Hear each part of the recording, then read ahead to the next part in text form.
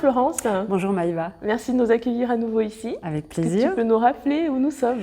Alors, nous sommes au centre de formation du danseur à la Gourguillonnaise, qui est un lieu qui se trouve dans le 7e arrondissement. Et nous sommes un centre de formation du danseur, qui s'appelle le Si au fait Fabrique d'artistes.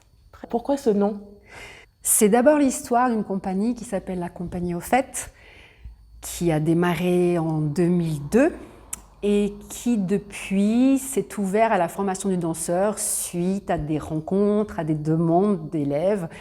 Et nous sommes venus à mettre en place une formation au niveau de l'EAT, c'est-à-dire l'examen d'aptitude technique en danse jazz et contemporaine, qui est un des premiers UV pour accéder au diplôme d'État, et surtout une formation à la scène, danseur-interprète.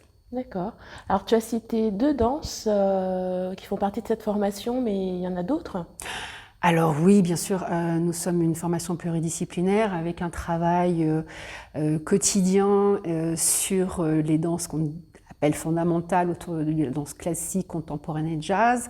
On aborde aussi un travail avec le Broadway jazz, le chant relié à la danse, le théâtre relié à la danse. Il y a aussi des ateliers de recherche, des ateliers de création, pour qu'aussi nos jeunes étudiants se trouvent et se confrontent à la création sur scène, pour plus tard éventuellement devenir chorégraphe. Il y a aussi toutes les répétitions qui sont liées à notre jeune ballet, puisque nous avons un jeune ballet qui s'appelle le Lyon Ballet au fait Junior, qui se prépare avec des créations de chorégraphes qui sont soit de la région lyonnaise, soit d'autres régions, comme Paris. Par exemple, dernièrement, nous avons eu la venue de Valentin Brunner, de la compagnie SAM, qui a transmis une création qu'il a créée pour notre jeune ballet. Combien de jeunes danseurs peuvent intégrer une année ici?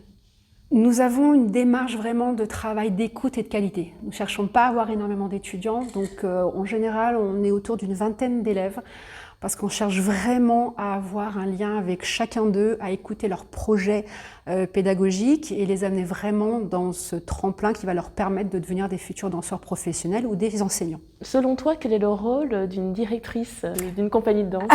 Alors, moi avant tout, je tiens vraiment à mon côté danseuse, c'est-à-dire qu'avant tout, je viens de la danse et je suis sur le terrain, j'enseigne dans cette formation et cette casquette de directrice qui n'est pas toujours simple, qu'il faut porter au quotidien parce que c'est la gestion d'un lieu avec tout ce qui est planning, organisation des cours, bien sûr la partie financière pour budgétiser une année de formation avec les salaires et le lieu, ça demande du temps, mais c'est vraiment pour moi rester très à l'écoute de mes étudiants, de mes jeunes danseurs, de l'équipe aussi, parce que on est toute une équipe, on est vraiment dans l'échange. Je suis à l'écoute de tout. Quand on a envie d'un atelier, quand d'un autre professeur a envie de proposer un autre atelier, tant que ça va dans la démarche d'évolution de nos danseurs, voilà, je suis à l'écoute. Donc c'est vraiment un travail d'équipe. L'écoute est probablement dans cette période particulière une mission supplémentaire, non? Oui, c'est une grosse charge mentale. C'est une grosse charge mentale parce que c'est compliqué aussi. On a eu la chance de ne pas arrêter. En étant un centre de formation, on est aussi un organisme de formation habilité par la région Auvergne-Rhône-Alpes, ce qui permet aussi d'aider financièrement de jeunes futurs étudiants qui veulent être pris en charge sur leur formation. Mais on sent quand même que c'est pas facile tous les jours pour nos danseurs parce que tous nos spectacles, comme tout le monde, ont été soit annulés, soit reportés. Et du coup, il faut garder cette dynamique. Alors, on leur a proposé d'autres stages qui n'étaient pas prévus dans le planning. On a compensé autrement. Tout le monde donne beaucoup de temps au niveau de l'équipe pédagogique et pour justement les amener à garder le cap et à garder aussi des projets. Garder la créativité. Garder la créativité, ça on ne l'a jamais arrêté. On prépare une date là justement pour le 12 juin.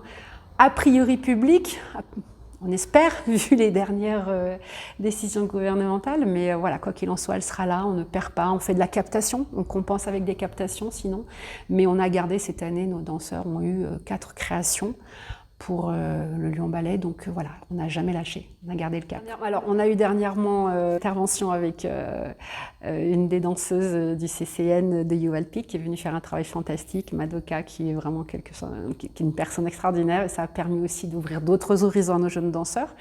Et de la semaine prochaine, de lundi, nous avons un workshop avec Christophe Gélon, la compagnie Voltaïque, qui va consacrer 2 jours de travail à transmettre, à rechercher, à amener, voilà, à faire découvrir son univers. Et des modules aussi à venir, puisque pour finir la saison, justement, il y aura un retour aussi du travail avec Madoka, et puis il y aura un module sur le cirque à la fin de la saison, sur le mois de juin, pour aussi découvrir d'autres choses. Est-ce que tu as des nouvelles de tes anciens élèves? Oui.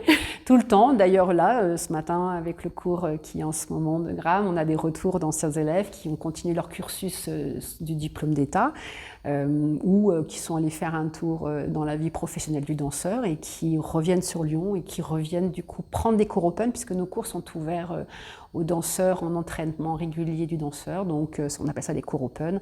Et on a tout le temps des danseurs qui reviennent comme ça, qui gardent le contact ou de toute façon gardent le contact en donnant des nouvelles par téléphone. Par d'autres moyens. On les suit dans leur évolution, voilà, tout à fait. Merci, merci Florence. Merci Maïva.